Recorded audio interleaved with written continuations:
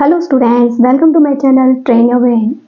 Once again, I'm ready to train your brain. Are you? So let's start our today's topic. Our today's topic is water pollution.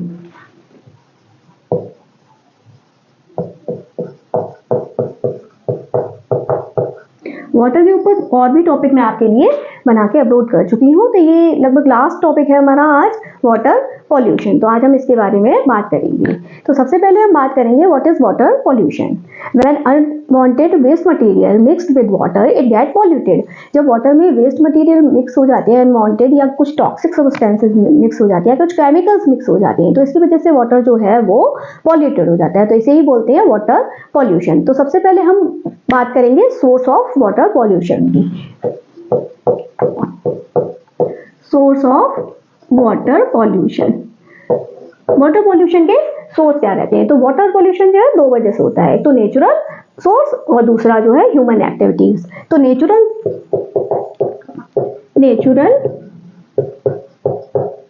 Sources and second human sources या human activities.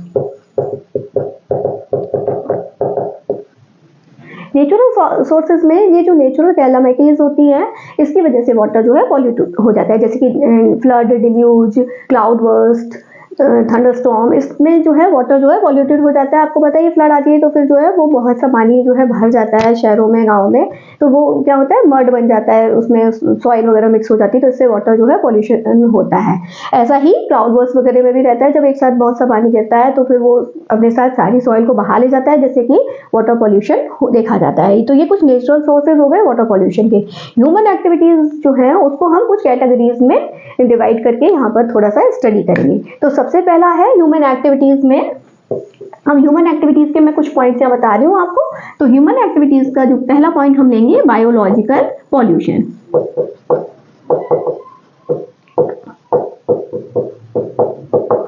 Biological pollution वो होता है जब पानी में biological waste जो हैं वो मिक्स हो जाते हैं, तो उसको बोलते हैं बायोलॉजिकल पॉल्यूशन।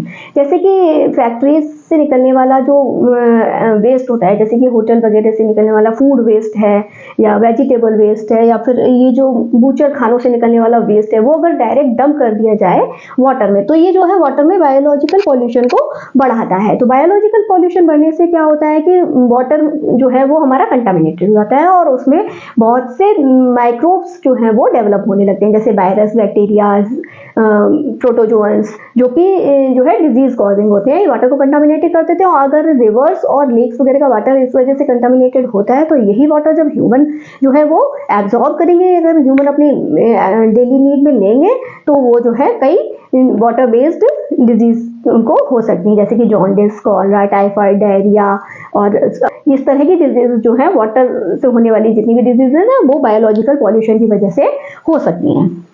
सेकेंड पॉइंट हम लेंगे फर्टिलाइजर्स एंड पेस्टिसाइड्स।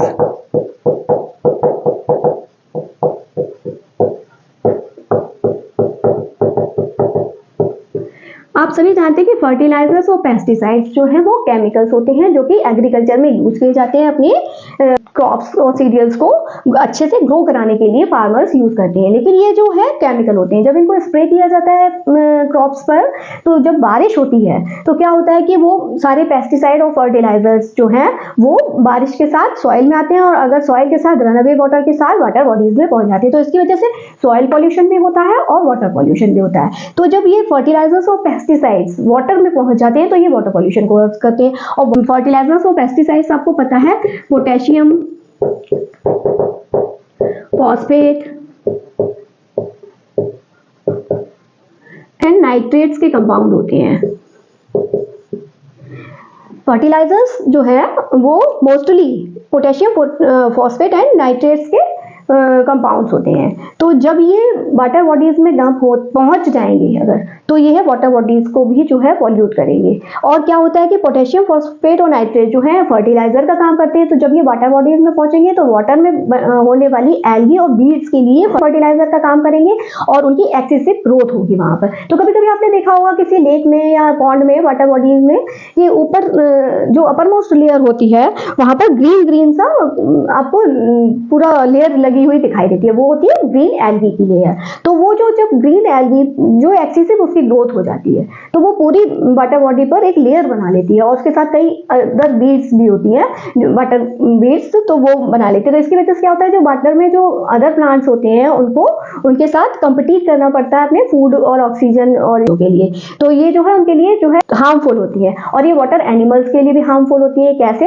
क्योंकि जब ये लेयर बन जाती है पूरी वाटर बॉडी के ऊपर आपकी एल्गी की, तो क्या होता है कि जो वाटर बॉडी है उसमें उसके पानी में डिजॉल्व ऑक्सीजन की जो है वो कमी होने लगती है, क्योंकि एटमॉस्फेयर से फिर पानी का कांटेक्ट टूट जाता है। तो जैसे कि जो पानी में रहने वाले अदर लिविंग ऑर्गेनिजम्स हैं उनको वाटर में ऑक्सीजन की कमी होती है और वो मर भी सकते हैं, मरने भी लगते हैं इस वजह से। तो ये जो प्रोसेस है कि ऊपर एल्गी की जमने से जो वाटर बॉडी में एक तो पॉल्यूशन कॉज हुआ है और दूसरा जो है वो उसका ऑक्सीजन लेवल भी कम होने लगा है। तो ये जो प्रोसेस कहलाती है इसको यूट्रोफिकेशन कहते हैं।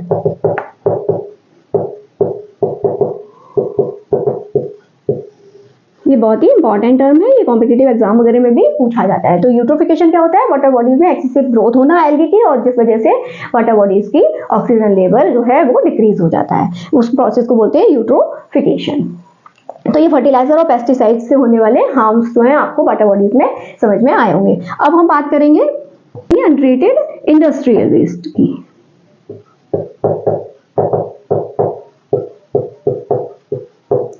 अनट्रीटेड इंडस्ट्रियल वेस्ट से यहाँ मतलब है इंडस्ट्रीज से जो भी वेस्ट निकलता है उसको जो है वो पहले ट्रीट करना चाहिए, उसके बाद वाटर बॉडीज में डंप करना चाहिए। अगर अनट्रीटेड वेस्ट हम डंप करेंगे तो उसमें केमिकल्स, टॉक्सिकेंट्स, ये सब चीजें होती हैं और इनमें मोस्टली जो है arsenic, lead and fluorides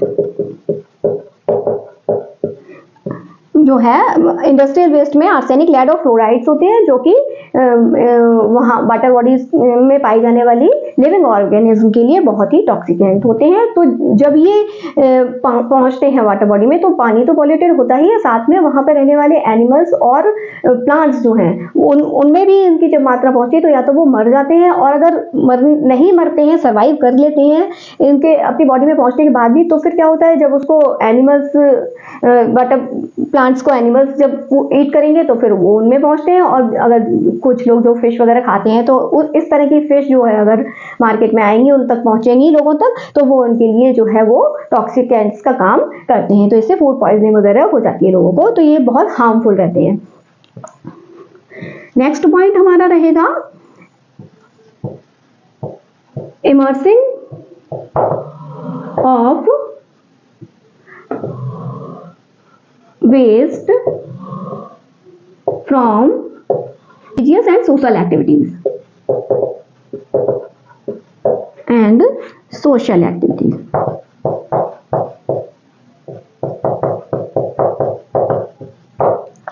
immersing of waste from religious and social activities में आप सब जानते हैं कि हमारे देश में जो है वो नदियों में जाकर पूजा पाठ वगैरह करना और कुछ ट्रेडिशंस होते हैं, सोशल ट्रेडिशंस जो कि नदियों में कुछ बहा देना या तो इस तरह का ये जो होते हैं ट्रेडिशन, वो उसकी वजह से भी वाटर पॉल्यूशन बहुत ज़्यादा होता है। और कभी कभी तो हमारे यहाँ ये भी चलता है कि डेड बॉडीज़ को गंगा नदी में बहाएंगे, तो ये सब ठीक नहीं है, ऐसा नहीं करना चाहिए। डेड बॉडीज़ को जो है वो हमें या तो जलाना चाहिए या दफनाना चाहिए, कभी भी वाटर बॉडीज में उसको इमर्स नहीं करना चाहिए। और जो रिलीजियस एक्टिविटीज और सोशल एक्टिविटीज हमारी हैं, जैसे कि कुछ फूड आइटम्स हैं, दिए हैं और ये फ्लावर्स हैं या idol of goddess and god हैं, तो ये इस तरह की चीजें जो है वाटर बॉडीज में इमर्स नहीं करनी चाहिए। थोड़ा हमें समझना चाहिए इस बात को कि इसकी वजह से वाटर पॉल्यूशन होता है। तो अपने ट्रेडिशंस को थोड़ा सा हमें अपने एनवायरनमेंट को देखकर थोड़ा सा समझ के और सोच के काम करना चाहिए। ऐसा मतलब आंखें बंद करके अंधविश्वास की तरह से नहीं उनको फॉलो करना चाहिए।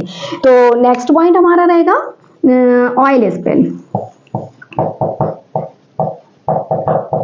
तो ये जो वाटर बॉडीज में आपके जेट्स हैं, शिप हैं या स्टीमर्स ये चलते हैं तो इनमें जो है फ्यूल, ऑयल फ्यूल यूज होते हैं, आप सभी को पता ही है। तो ये क्या होता है कि जब शिप वगैरह चलते हैं वाटर बॉडीज में तो एक वो बहुत पतली सी स्ट्रीम छोड़ते हुए जाते हैं ऑयल की, जिसकी वजह से वाटर बॉडीज के ऊपर ऑयल स्पिल हो जाता है और वो जो है वाटर को पॉल्यूट करता है। तो पहली बात तो ये केमिकल कंटामिनेशन ऑफ वाटर होता है, और दूसरी बात ऑयल जो है वो वाटर से लाइटर होता है, तो ये वाटर के ऊपर एक लेयर बना लेता है और इस वजह से भी वाटर में जो है वो ऑक्सीजन का जो है वो अमाउंट जो है वो डिक्रीज होने लगता है। तो ये ऑयल स्पिल भी बहुत ही ज्यादा जो है वाटर पॉल्यूशन का कारण रहता है। तो ये कुछ मेन रीजंस हैं जिनकी वजह से वाटर पॉल्यूशन ह्यूमन एक्टिविटीज की वजह से होता है। अब हम बात करेंगे प्रिवेंशन ऑफ वाटर पॉल्यूशन की। अभी हमने ये जान लिया कि सोर्सेज क्या है वाटर पॉल्यूशन के, अब हम बात कर लेंगे थोड़ी सी प्रिवेंशन की।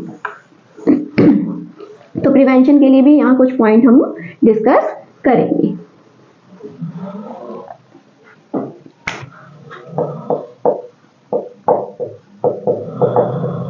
Prevention of water pollution.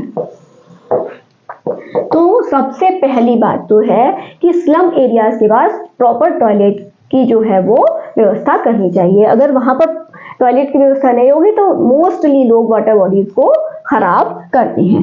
तो यहाँ पे क्या पहला पॉइंट बनेगा हमारा, proper toilet should be provided near the slum areas. Second हम जो बात करेंगे वो सीवेज वाटर की बात करेंगे। तो जो हाउसेस से जो सीवेज निकलता है उसको पहले सीवेज ट्रीटमेंट प्लांट में ले जाकर ट्रीट करना चाहिए, उसके बाद वाटर बॉडीज में छोड़ना चाहिए, डायरेक्ट वाटर बॉडीज में नहीं छोड़ना चाहिए। तो हमें सीवेज ट्रीटमेंट प्लांट में सीवेज का ट्रीटमेंट करना चाहिए। तो ये दूसरा जो है वो प्रिवेंशन है वाटर बॉडी का। अच्छा, यहाँ दो बातें हैं, सीवेज और एक ग्रे वाटर। जो हमारे हाउस होल्ड एक्टिविटीज की वजह से वॉशिंग, क्लीनिंग एंड मॉपिंग या बाथिंग, इसकी वजह से जो वाटर पॉल्यूटेड होकर हमारे घरों से निकलता है वो कहलाता है ग्रे वाटर। यहाँ पर दो बातें समझ लीजिए आप लोग, एक तो होता है सीवेज वाटर और एक होता है ग्रे वाटर। तो ग्रे वाटर अभी मैंने बताया ना, जो हाउस होल्ड एक्टिविटीज हम लोग करते हैं वो उसकी वजह से जो वाटर पॉल्यूटेड होकर हमारे घरों से ड्रेन में पहुंचता है वो होता है ग्रे वाटर। और सीवेज वाटर वो होता है जो हमारे टॉयलेट वेस्ट होता है, जो टॉयलेट वेस्ट निकलता है उसको बोलते हैं सीवेज। तो सीवेज पाइपलाइन भी पढ़ने लगी है अब तो शहरों में। हम बात करेंगे फर्टिलाइजर्स एंड पेस्टिसाइड्स की। तो जो हमारे फार्मर्स हैं उनको हमें अवेयर करना चाहिए कि वो पेस्टिसाइड्स और फर्टिलाइजर्स का यूज कम करें और थोड़ा सा शिफ्ट हो ऑर्गेनिक जो है वो एग्रीकल्चर की तरफ। तो farmers should be shift to organic agriculture।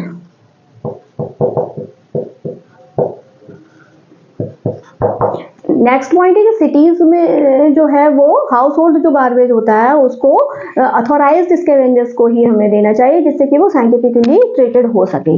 Next है जो इंडस्ट्रीज होती है वो सिटीज से थोड़ा दूर ही बननी चाहिए, जिससे कि केमिकल जो वेस्ट निकलते हैं उससे वाटर बॉडीज में उनको डंप ना किया जा सके और उनको सही से ट्रीट किया जा सके। और डेड बॉडीज को सही से उनका संस्कार करना चाहिए, उनको वाटर बॉडीज में इमर्स नहीं करना चाहिए। और last but not the least, जो रेन वाटर है उसका जो है हमें हार्वेस्टिंग करनी चाहिए, जिससे कि हमारा ग्राउंड वाटर लेवल बढ़ सके और हमें फ्रेश वाटर अच्छे से मिल सके।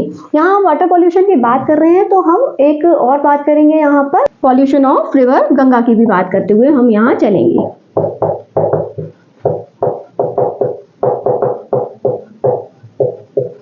एक समय था जब गंगा नदी हमारी इतनी पवित्र मानी जाती थी कि अगर किसी चीज को पवित्र करना है तो हम गंगा नदी से पानी लेकर स्प्रिंकल करते थे उस ऑब्जेक्ट के ऊपर, तो ये माना जाता था कि ये ऑब्जेक्ट पवित्र हो गया। लेकिन आजकल गंगा नदी की कंडीशन ये है कि गंगा नदी जो है वो टॉप 10 जो है एंडेंजर्ड रिवर्स में से है ऑल ओवर द वर्ल्ड। तो इसलिए गंगा नदी की कंडीशन इस तरह से कैसे बनी, ये सब ह्यूमन एक्टिविटीज की वजह से ही बनी है। तो हमारे यहाँ रिवर्स में, हमारे यहाँ क्या, यहाँ हर कंट्री में यही हाल है कि जो जितना भी इंडस्ट्रियल वेस्ट है वो कहाँ डंप किया जाता है, रिवर्स में या वाटर बॉडीज में। तो ऐसा नहीं होना चाहिए, पहले उसको ट्रीट करना चाहिए तब वाटर बॉडी में। और गंगा रिवर में वही हमारा जो मतलब रिलीजियस कॉन्सेप्ट चलता है लोगों का, वही उसमें स्नान करना है।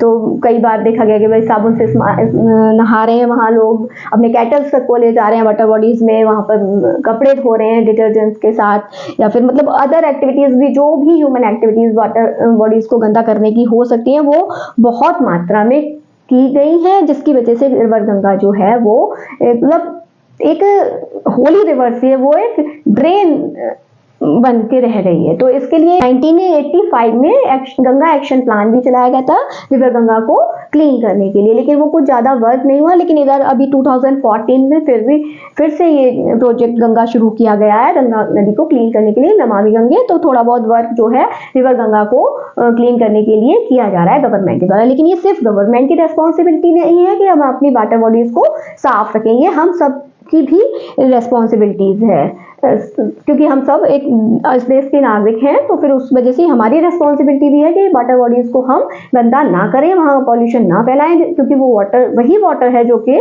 हमें प्रोवाइड किया जाता है वाटर वर्क्स के थ्रू। तो वो फिर कितना भी क्लियर करो उसको तो पानी जो है कुछ गंदा ही रह जाएगा। अब हम यहाँ थोड़ी सी बात कर लेते हैं क्लीनिंग ऑफ वाटर की, कि वाटर बॉडीज से जो पानी हमारे पास पहुंचता है उसको कैसे जो है वो पोर्टेबल बनाया जाता है। पोर्टेबल वाटर से आप समझते हैं ना, पोर्टेबल वाटर क्या होता है? पोर्टेबल वाटर वो होता है जो फिट फॉर ड्रिंकिंग होता है, जिसे हम स्टोर कर सकते हैं। तो ये कैसा होना चाहिए portable water? Colourless, odourless and transparent होना चाहिए। और ये कैसा होना चाहिए? ये कंटामिनेटेड नहीं होना चाहिए, इसमें जर्म्स नहीं होने चाहिए, और जो है इसमें ऑक्सीजन लेवल भी सही मात्रा में होना चाहिए, तभी ये हमारे लिए जो है पोर्टेबल कहलाता है। Portable water means fit for drinking. तो पोर्टेबल वाटर जो है वो हमें कहाँ से मिलता है? लेक्स, रिवर या फिर बेल से, अंडरग्राउंड वाटर जो होता है वहाँ से।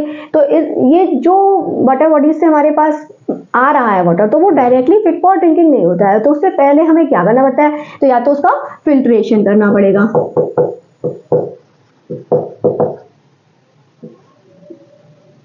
फिल्ट्रेशन करना पड़ेगा, या सेडिमेंटेशन, फिल्ट्रेशन, बॉइलिंग, या फिर केमिकल क्लीनिंग।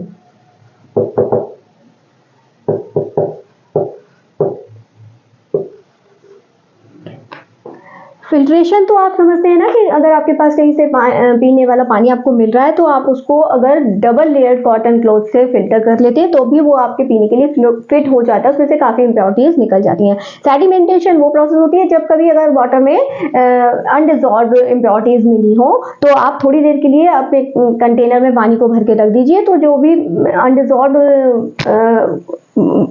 डस्ट पार्टिकल्स या फिर जो भी इम्प्योरिटीज होती है वो सेटल डाउन हो जाएंगी, और फिर आप उसको डिकेंट कर लीजिए, यानी दूसरे केन में पोर कर सकते हैं। तो ये सेडिमेंटेशन से होता है। अगर वाटर जो है आपके पास है तो आप उसको फिल्टर करके फिर बॉयल भी कर सकते हैं, तो भी वो ड्रिंकिंग के लिए फिट होता है, क्योंकि बॉयल करने से काफ़ी हद तक उसमें जर्म्स जो है वो खत्म हो जाते हैं पानी में, तो उसका कंटामिनेशन, जर्म्स का कंटामिनेशन भी निकल जाता है बॉयल करने से, और फिर आप उसको ठंडा करके पी सकते हैं। और केमिकल क्लीनिंग में जो है क्लोरीनेशन प्रोसेस यूज की जाती है। क्लोरीनेशन, केमिकल क्लीनिंग में क्या होता है? Chlorination of water. क्लोरीनेशन में क्या होता है? क्लोरीन को मिक्स किया जाता है पानी में जर्म्स को किल करने के लिए। तो क्लोरीन टैबलेट्स जो है वो केमिस्ट पर अवेलेबल होती है, तो उसको हम मिला के वाटर में जो है वो उसको क्लोरीनेशन कर किया जा सकता है, उसको फिट फॉर ड्रिंकिंग होता है। लेकिन क्लोरीन जो है मिक्सिंग वो बहुत ही छोटी मात्रा में, बहुत कम मात्रा में की जाती है। अगर आप ज़्यादा मात्रा में क्लोरीन मिक्सिंग कर लेंगे तो फिर वो पीने के लिए सही नहीं रहेगा पानी। अभी तो वाटर जो है वो प्यूरीफायर्स भी मार्केट में अवेलेबल हैं, तो ये पोरस रॉड वाटर फिल्टर भी होते हैं जो कि यूज होते हैं, या फिर इलेक्ट्रिक वाटर फिल्टर भी होते हैं, या फिर आरओ वाटर फिल्टर जो कि रिवर्स ऑस्मोसिस प्रोसेस होती है, और वो भी मार्केट में अवेलेबल है। तो आप किसी भी कंपनी का प्यूरीफायर ले सकते हैं और मार्केट से, और उससे भी वाटर फिल्टर या प्यूरिफिकेशन किया जा सकता है। तो इस तरह से वाटर को फिट फॉर ड्रिंकिंग बनाया जा सकता है। लेकिन उससे भी ज़्यादा ज़रूरी है कि हम इस बात का ध्यान रखें कि हमारी वजह से वाटर जो है कम से कम पॉल्यूटेड हो। तो ये सब जो है वो प्रोसेस हमें कम मात्रा में करनी पड़ेगी वाटर को फिट फॉर ड्रिंकिंग बनाने के लिए। तो आज का ये वीडियो आपको कैसा लगा मुझे कमेंट करके ज़रूर बताइए। अगर अच्छा लगा है तो लाइक ज़रूर कीजिए, अपने फ्रेंड्स के साथ शेयर भी कीजिए। अगर चैनल पर नए हैं तो सब्सक्राइब कीजिए और बेल आइकन को ज़रूर हिट कीजिए, जिससे आने वाले वीडियोस के नोटिफिकेशन आपको टाइम टू टाइम मिलते रहें। तो मिलूंगी आपसे नेक्स्ट वीडियो में, तब तक के लिए पढ़ते रहिए, क्योंकि पढ़ेगा इंडिया तभी तो बढ़ेगा इंडिया। नमस्ते।